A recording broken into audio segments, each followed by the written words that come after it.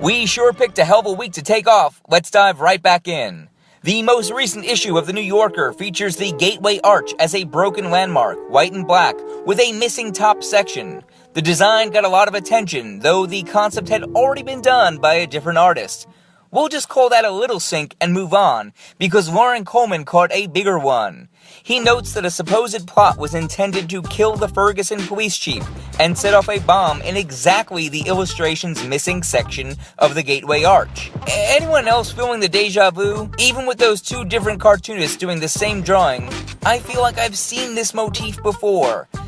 Can't quite place it. Sparked largely by events in Ferguson and the larger issue of police violence, a White House initiative to make 50,000 body cameras available to police departments across the country attempts to keep cops accountable. For the most part, I am supportive of this idea, and cameras do seem to make a difference. But a growing number of us thought criminals are unsatisfied, considering how much police brutality is already caught on film and still ignored.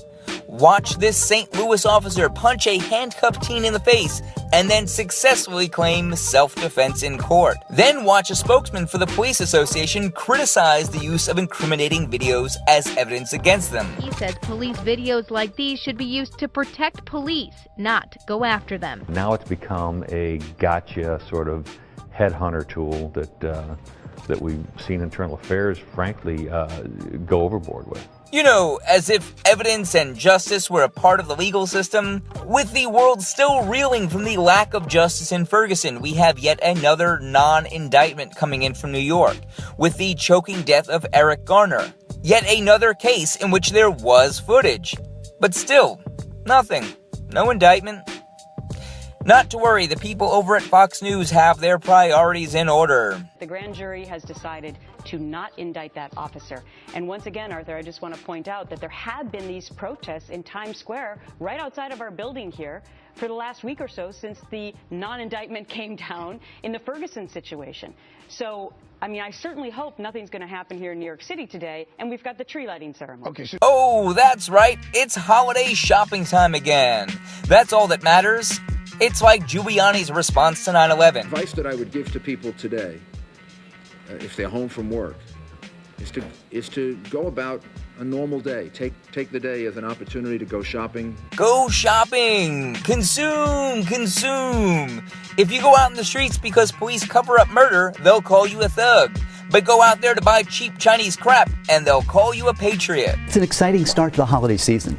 We saw record online sales. At one point, Target was selling nearly 1,800 TVs every minute. Even good old jolly St. Alex Jones gets in on the job. He's gonna protect you from the New World Order's biggest conspiracy yet. Black Friday is a fraud. You'll get mainline news admitting it's some of the worst deals of the year. Oh, and sell you some crap while he's at it. They raise the prices the week before. They drop them that day, and you don't get a discount. We don't do that. And it's books, T-shirts, high-quality supplements, water filters, dash cams, shortwave radios. We really are giving free shipping on a whole bunch of our products and 20% off. We really are Anything and everything in giving audio buy four, on get sale one free now. as well. Crazy Eddie, his prices are. Take that, insane. Am I the only one who notices that people are allowed to camp out for days in front of a store, and that's suddenly not loitering? See how differently trigger-happy cops treat these consumers in street tents, in contrast to, say, these homeless people in Florida who had cops come in and box cutter their tents. Of course, this is the same Florida that outlawed feeding the homeless. I am happy to report that thanks to activists like Arnold Abbott, that law has just been temporarily halted. It's a small victory. And here's a politician fighting the consumerist corporatocracy. Oh wait, that's not what he's doing. The man with a sledgehammer is State Representative Tom Broward. This is his contribution to solving Hawaii's homeless problem.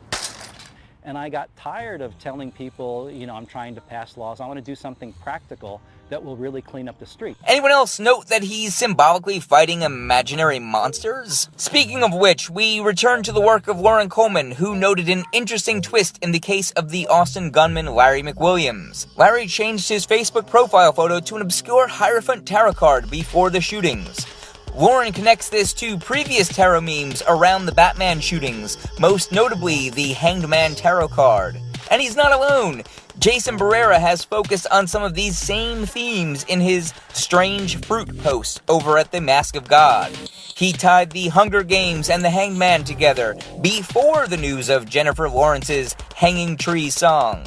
He also tied this into the Golden Bough, Rex the Morensis, and the implied King Kill motifs surrounding the Ferguson tragedy. Only thing he seems to have missed is the burning of Little Caesars in Ferguson, and a story Darren Brew pointed out a few weeks back that synced with the burning of Rome. Oh hey, the Hanged Man Joker is back in the news with an announced Suicide Squad movie.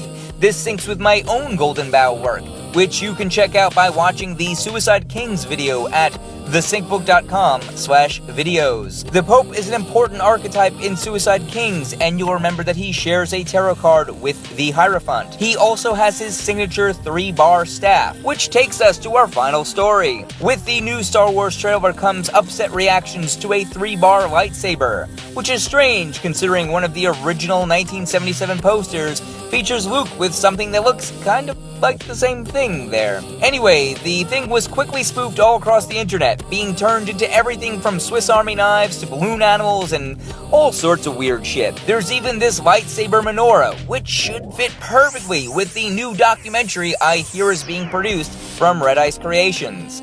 In the spirit of that neo-Nazi propaganda they spoon-fed you, comes the new Emperor Palpatine, the greatest story never told. Oh, breaking news! Goddamn. Breaking news of viral video of a woman getting beaten by the police in King's Cross, Australia. What do you make of that, huh? See you next Thursday.